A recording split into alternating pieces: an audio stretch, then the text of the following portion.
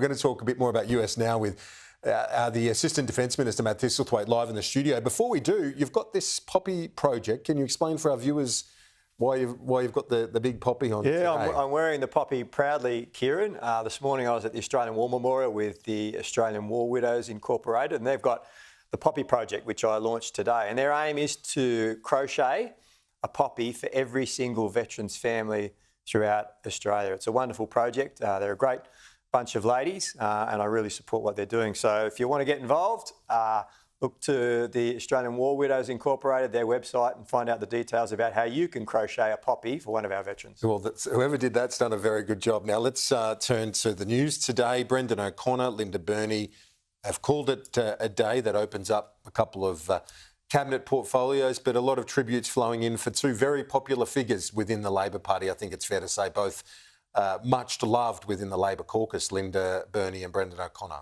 Yeah, you're spot on. They're very well respected and much loved. Brendan's done an excellent job in his dedicated career to the Labor movement as a union official prior, and then working particularly in the skills area. He established Jobs and Skills Australia, fee-free TAFE, and he's left a huge mark on that area, and he'll be sadly missed.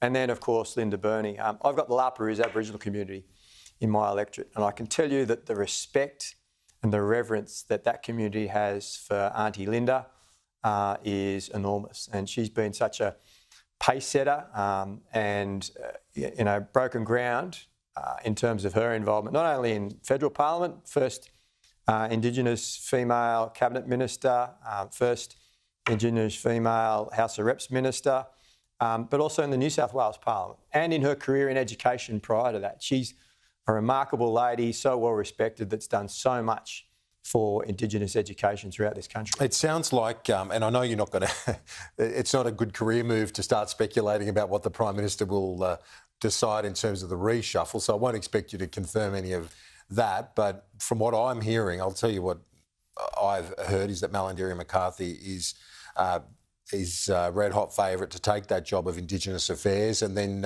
also Murray Watt to take on more responsibility in the cabinet, possibly, I was speculating earlier, into Home Affairs. But either way, is this a chance for the Prime Minister to reset in a couple of areas where there have been some difficulties? Well, the process in the Labor Party is a democratic one. So as the Prime Minister outlined, nominations have been called for the two frontbench positions, the cabinet positions, and people can nominate. And that process will conclude on Sunday. Then it's up to the Prime Minister to allocate those portfolios. The great thing about our party, I think, has been our stability in government, and that's allowed a number of ministers and assistant ministers to perform well and do a great job. So there are plenty of people there with the talent, with the hard work and the expertise that will be able to move into those positions. And I think we'll be able to maintain that process of getting Australia back on track and supporting families and small businesses with cost of living relief. When you say people nominate, that's off the back of the factions decide who's going to represent on the front bench, don't they? It's open to anyone. Any member of the caucus can nominate for a front bench position, and we do these things democratically, so everyone gets the opportunity to put their name forward. The Prime Minister's got to balance all the different geographical and factional elements in the party. Yeah, we of course like to make sure that there's representation from across Australia. We're an Australian Labor Party, so we do balance our representation. And the one thing that we've been very keen to do is to promote women to the front bench. The first time in the history that you've got more female ministers than males, and that's a great thing that the Labor Party's been able to do to demonstrate the progress of female representation in not only our front bench but in the Parliament more broadly. What did you? I don't know if you had the chance to see President Biden's speech explaining his decision to. I haven't seen it yet. To step down.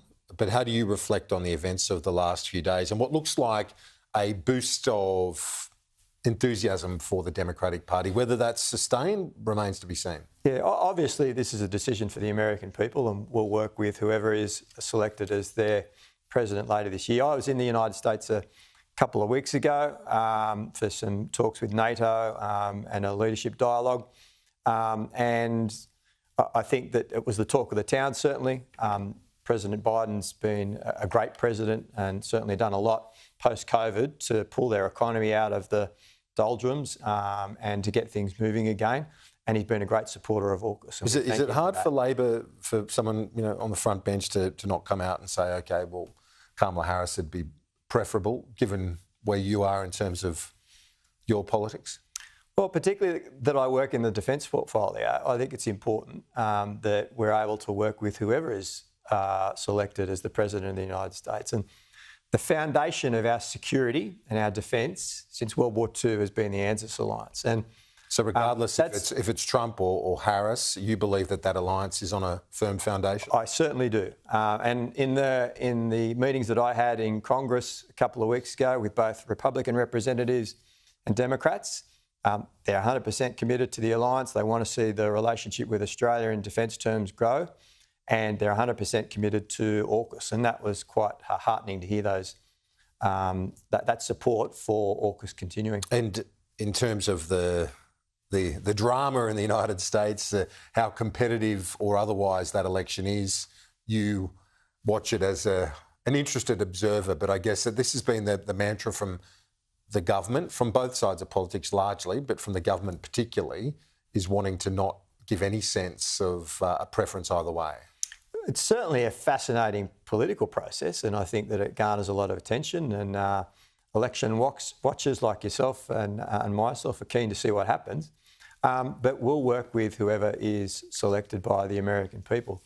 The alliance, its great strength is it survived the comings and goings of governments here in Australia and different administrations in the United States. And I'm confident that regardless of who is elected, the alliance will go from strength to strength, and so will AUKUS. Assistant Defence Minister Matt Thistlethwaite, appreciate your time as always. Thanks, Kieran.